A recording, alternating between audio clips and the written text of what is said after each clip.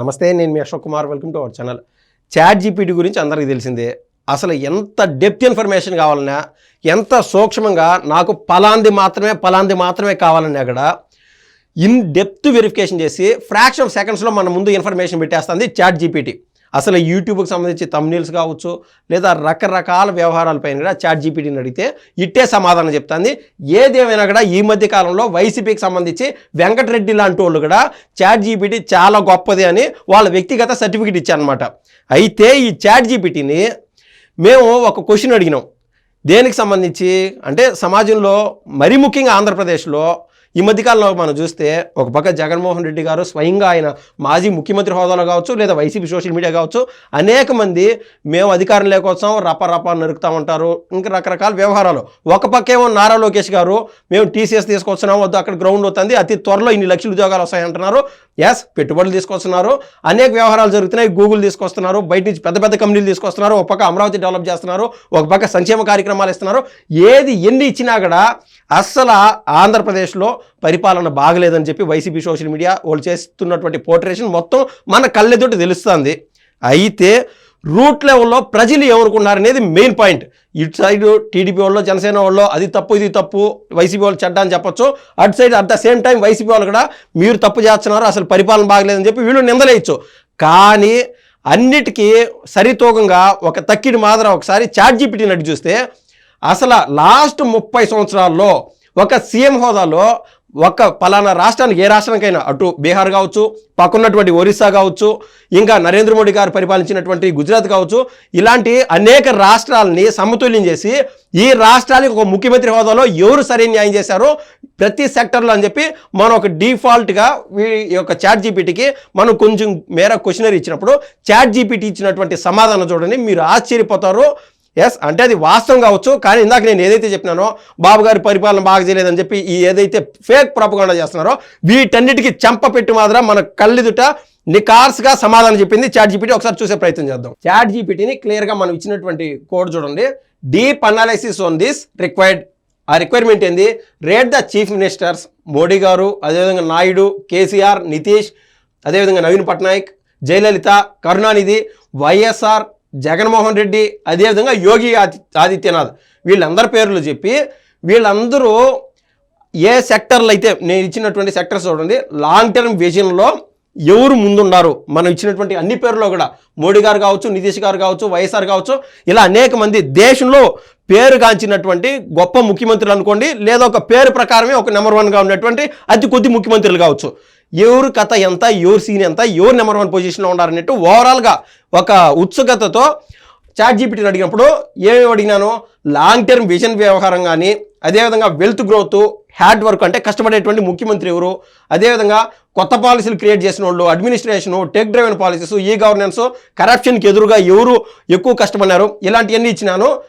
ఇంకా మరికొన్ని చూడండి, రోడ్స్ డెవలప్మెంట్ కావచ్చు, హెల్త్ సెక్టర్ కావచ్చు, గ్రాస్ డొమెస్టిక్ ప్రోడక్ట్ కావచ్చు, పెర్ క్యాపిటల్ ఇన్కమ్, ప్రతి ఇలా అనేక వ్యవహారాలు మనం చాట్ జీపీటీకి ఇచ్చినప్పుడు చాట్ జీపీటీ ఇచ్చినటువంటి నికార్సైన సమాధానం చూస్తే నిజంగా ఒక వైఎస్ఆర్సీపీ వాళ్ళకి చెంప పెట్టని కన్ఫామ్గా చెప్పుకోవచ్చు. ఒక వైఎస్ఆర్సీపీ అని కాదు, గతంలో బీఆర్ఎస్కి సంబంధించి కేసీఆర్ గారు లాంటి వాళ్ళు సైతం బాబు గారిని వాళ్ళు అవహేళన చేస్తూ గతంలో ఏమన్నారంటే, మేము ఏదో ఢిల్లీలో చక్రాలు బొంగరాలు తిప్పుతా ఉన్నారు, ఇదేనా మీరు తిప్పడము, అది ఇది అని చెప్పి అవాకులు చవాకులు. ఏంటంటే వాళ్ళకి అధికారం ఉండదు కదా అని చెప్పి నారా చంద్రబాబు నాయుడు గారిని తక్కువ చేసి చూపించేటువంటి ప్రయత్నం చేసినటువంటి విధానం మనం చూసాం. ఆ రోజు జగన్మోహన్ రెడ్డి గారు కావచ్చు, ఎస్ మనం అసెంబ్లీ సాక్షిగా కూడా చూసాం. 30 years ఇండస్ట్రీ అని చెప్పి ఎవరో ఒక ఎమ్మెల్యే అంటే ఈలోపు మినిస్టర్లు అందరూ పక్క నవ్వీడు, ఇలా అధికారం చేతలో ఉండదు కదా అని చెప్పి ఒక మనిషి విలువ తగ్గించేటువంటి ప్రయత్నం ఆ రోజు చేశారు.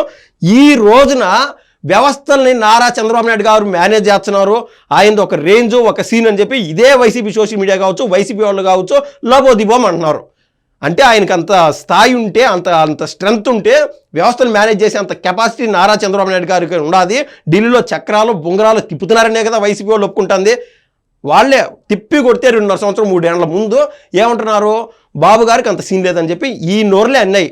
ఏదేమైనా కూడా మనం ఇచ్చిన దానికి చాట్ జీపీటీ ఇచ్చినటువంటి సమాధానం చూడండి. ప్రతి ఒక్కరికి గురించి కూడా నవీన్ పట్నాయక్ గారు ఎవరైతే ఒరిస్సా చీఫ్ మినిస్టర్గా అన్ని సంవత్సరాలు ఉన్నారో, అదేవిధంగా నితీష్ కుమార్ గారు ఈ రోజుకి కూడా ముఖ్యమంత్రిగా ఉన్నారు బీహార్కి, ఎవరి పరిపాలన ఎంత, ఏ శక్తి, ప్రతి ఒక్క సెక్టర్లోనూ ఎవరెంత కష్టపడ్డారనేది మన కళ్ళ ముందు పెట్టింది chat GPT. India's best chief ministers sector wise and scores అంట. India's best chief ministers sectors wise అంటే ప్రతి సెక్టర్లోనూ వాళ్ళకి ఇచ్చినటువంటి స్కోర్లు ఎంత అని. లాంగ్ టర్మ్ విజన్ అంటేనే ఇంకా చెప్పక్కర్లేదు. బై డిఫాల్ట్గా ఆ రోజు మనం చూసాం 2020 విజన్ తీసుకున్న బాబు గారికి సొంతమైంది. 2047 సంవత్సరం అనే విజన్ తీసుకున్న బాబు గారికి సొంతమైంది. At the same time Jaganmohan Reddy గారి యొక్క ఆలోచన, ఆయన విధి విధానం, ఆయన థాట్ ప్రాసెస్ చూడండి. ఆ రోజుకి ఎవరు బతుకుంటాడో ఎవడు చచ్చిపోయి ఉంటాడో అన్నట్టు సింపుల్గా అనేసాడు. అట్లుంటుంది వాళ్ళ వ్యవహార శైలి. భావితరాల కోసం మనం కష్టపడదాం. ఈరోజు మనం పెట్టేటువంటి ఏదైతే ఫౌండేషన్ ఉంటుందో అది భావితరాల వాళ్ళకు నీడనిస్తుందని చెప్పి బాబు గారు ఆలోచన. ఎక్కడ ఆ రోజు ఎవరు చచ్చిపోతారో ఎవరు బతుకుంటారో, ఈ రోజు మన పెన్షన్ 100 మందికి ఇవ్వాల్సింది 80 మందికి ఇచ్చేద్దాం, మిగిలిన 20 మందికి రావాల్సినటువంటి డబ్బులు మన జోబులు వేసుకుందాము, ఈ రాష్ట్ర ఖజానాలో అంతో ఇంతో డబ్బులు ఉంది కదా, ఈ 5 ఏళ్ళలో మనం దాచేసుకుందాం అనేటువంటి విధానం లేకుండా పబ్లిక్లో ఆటోమేటిక్గా జరుగుతుంది. కొద్దిమేర టాపిక్ ఏంటంటే బాబు గారు ఈరోజు పెడుతున్నటువంటి పెట్టుబడి జగన్మోహన్ రెడ్డి గారు కానీ వైసీపీకి కానీ కొరకరాని కొయ్యి మాదిరి మారిపోయింది. నేను అనుకున్నాను లాస్ట్ 2 సంవత్సరాల్లో బాబు గారు సంక్షేమ మార్క్ అంటే ఎట్టుంటుందో దేశానికి ఒక కొలమానంగా చూపించబోతున్నాడు అనేది ఖచ్చితంగా ఊహాగానాలు అయితే మనకైతే వినిపిస్తున్నాయి. ఏదేమైనా కూడా నవీన్ పట్నాయక్ గారికి కూడా, అంటే ఎవరైతే ఒరిస్సా చీఫ్ మినిస్టర్గా ఉన్నారో ఆయనకి 9 మార్కులు, నితీష్ గారికి 8 మార్కులు అండ్ జగన్మోహన్ రెడ్డి గారు 7 మార్కులు ఉండిపోయినారు. ఇంకా ఇండస్ట్రియల్ గ్రోత్ మనం చూసాం. గతంలో జగన్మోహన్ రెడ్డి గారు ఇక్కడికి వచ్చినటువంటి కంపెనీలని తన్ని తరివేసినటువంటి విధానము, కంపెనీలు రాండి స్వామి 15 రోజుల్లో ఈజ్ ఆఫ్ డూయింగ్ బిజినెస్ కింద మేము అన్ని please is of doing business కింద అన్ని ఈజ్ ఆఫ్ డూయింగ్ బిజినెస్ కింద అన్ని పర్మిషన్స్ ఇమ్మీడియట్గా ఇస్తాము, అయితే సరైన డిపిఆర్తో రాండి అని చెప్పి నారా లోకేష్ గారు, బాబు గారు ఏదైతే ఇప్పుడున్నటువంటి ప్రభుత్వంలో వాళ్ళు పడుతున్న ప్లీజ్ ఇప్పుడున్నటువంటి ప్రభుత్వంలో వాళ్ళు పడుతున్నటువంటి కష్టం ఈ మార్కులు ఇవ్వడానికైతే ఖచ్చితంగా కారణంగా మనకైతే కనిపిస్తుంది. ఇంకా వెల్త్ క్రియేషను, అదేవిధంగా రాష్ట్ర ఖజానాని లాంగ్ రన్లో కూడా ఎప్పుడైతే ఈరోజు వేసినటువంటి ఫౌండేషను భావితరాలకి ఎప్పుడు ఉండే విధంగా, ఏ విధంగా అయితే జగన్మోహన్ రెడ్డి గారు వచ్చి రావడంతో కొన్ని కూల్చేయడాలు అట్లా కాకుండా ఎప్పటికీ ఏదైతే మనం చూసాం హైదరాబాదులో బాబు గారు వేసినటువంటి ఫౌండేషన్స్ కానీ, అదేవిధంగా బయట నుంచి మైక్రోసాఫ్ట్ కంపెనీ తీసుకురావడం కానీ, ఇలా ఆయన కష్టపడినటువంటి విధానం దాన్ని వెల్త్ క్రియేషన్ అంటారు. సో బాబు గారికి 9 మార్కులు, జగన్మోహన్ రెడ్డి గారు 7 మార్కులు అయిపోయినారు. ఇంకా ఇన్ఫ్రాస్ట్రక్చర్ ఏదైతే మనం చూస్తున్నాం, పవన్ కళ్యాణ్ గారు కావచ్చు, బాబు గారు కావచ్చు, ఏది ఏమైనా కూడా ఒక చీఫ్ మినిస్టర్ హోదాలో బాబు గారి విజన్ రీత్యా అటు మనం చూసినాం ప్రతి ఊరికి సీసీ రోడ్లు పడుతున్నటువంటి విధానము, ప్రతి చోట కొత్తగా బయట నుంచి కొరియా నుంచి మిషన్స్ తీసుకొచ్చి యుద్ధ ప్రాతిపదికన 10 గంటల లోపు 2 కిలోమీటర్ల రోడ్లు కంప్లీట్ చేయడాలు, ఇలా తనకు తానే సాటి అనే విధంగా ఇన్ఫ్రాస్ట్రక్చర్ కావచ్చు, అదేవిధంగా వాటర్ ఫెసిలిటీస్ కలిగించడము, ఇలా ప్రతి ఒక్క విషయంలోనూ బాబు గారు తను చూపిస్తున్నటువంటి చొరవ అయితే అద్భుతం, అమోఘం అని అయితే చెప్పొచ్చు. సో ఇండస్ట్రియల్ గ్రోత్, ఇన్ఫ్రాస్ట్రక్చరు ప్రతి దాంట్లోనూ ఇక్కడ అన్ని 9 మార్కులు ఇచ్చుకుంటూ పోయింది చాట్ జీపీటీ. జగన్మోహన్ రెడ్డి గారికి ఇదే ఇన్ఫ్రాస్ట్రక్చర్ క్రియేషన్ వరకు జగన్మోహన్ రెడ్డి గారికి 9 మార్కులు ఇచ్చింది. What ever the thing is ఓవరాల్గా ఇది నిజమైతే అన్ని నిజాలే అన్నట్టయితే స్పష్టంగా చెప్పొచ్చు అనమాట. సో ఇంకా పవర్ సెక్టర్ ఏదైతే జగన్మోహన్ రెడ్డి గారు గతంలో ఒక 1718 కోట్లు సంథింగ్ పలానా వాళ్ళ కాడ ఒక సేమ్ హోదాలో ఉండి కూడా లంచం తీసుకున్నాడు అని మనం అవన్నీ విన్నాము. కాకుంటే ఆ అవతలు ఎవరి దగ్గర అయితే ఆయన లంచం తీసుకున్నాడో, ఆయన ఏం చేసినాడో మీడియాలో కూడా రాకుండా అయిపోయినటువంటి సంగతి అది వాస్తవము. అదే పవర్ సెక్టర్లో గతంలో 12 రూపాయలు పెర్ యూనిట్ ఉన్న కాడి నుంచి నారా చంద్రబాబు నాయుడు గారు 3 రూపాయల 50 పైసలు దేశం మొత్తం ఆశ్చర్యపోయే విధంగా 2014 నుంచి 2019 మధ్య బాబు గారు పడినటువంటి కష్టం, ఆయన తీసుకొచ్చినటువంటి రిఫార్మ్స్ మూలన పవర్ సెక్టర్లో ఏదైతే చాట్ జీపీటీ ఆయనకి ఏకంగా 9 మార్కులు ఇచ్చింది. At the same time Jaganmohan Reddy గారు 7 మార్కులు అయిపోయినారు. ఇంకా రోడ్లు వేసే దాంట్లో కూడా ఈ బాబు గారికి ఇందాక మనం చెప్పినట్టు ఆ 10 మార్కులు, జగన్మోహన్ రెడ్డి గారు 7 మార్కులు. ఇంకా ఎడ్యుకేషన్ మనం చెప్పిన నారా లోకేష్ గారు స్వయంగా తనకు సంబంధించినటువంటి అంటే ప్రభుత్వం నుంచి ₹1 కూడా తీసుకోకుండా స్వయంగా తన డబ్బులు ఖర్చు పెట్టి మంగళగిరిలో ఆయన రోల్ మోడల్గా ప్రపంచమంతా కీర్తించే విధంగా ఒక స్కూల్ కడుతున్నటువంటి విధానము ఆల్మోస్ట్ అది కూడా కంప్లీట్ అయిపోయింది. సో ఒక ఎడ్యుకేషన్ మినిస్టర్గా నారా లోకేష్ ఎంత కష్టపడినా ఏం చేసినా కూడా అదంతా ఎవరు ఇచ్చినటువంటి ప్రోద్బలం కావచ్చు, ఆ బలం అనుకోవచ్చు. నారా చంద్రబాబు నాయుడు గారు ఒక ముఖ్యమంత్రిగా ఆ క్రెడిట్ మొత్తం బాబు గారికి దక్కుతుంది అనేది వాస్తవం. సో ఎడ్యుకేషన్ సెక్టర్లో బాబు గారికి ఏకంగా 10 మార్కులు.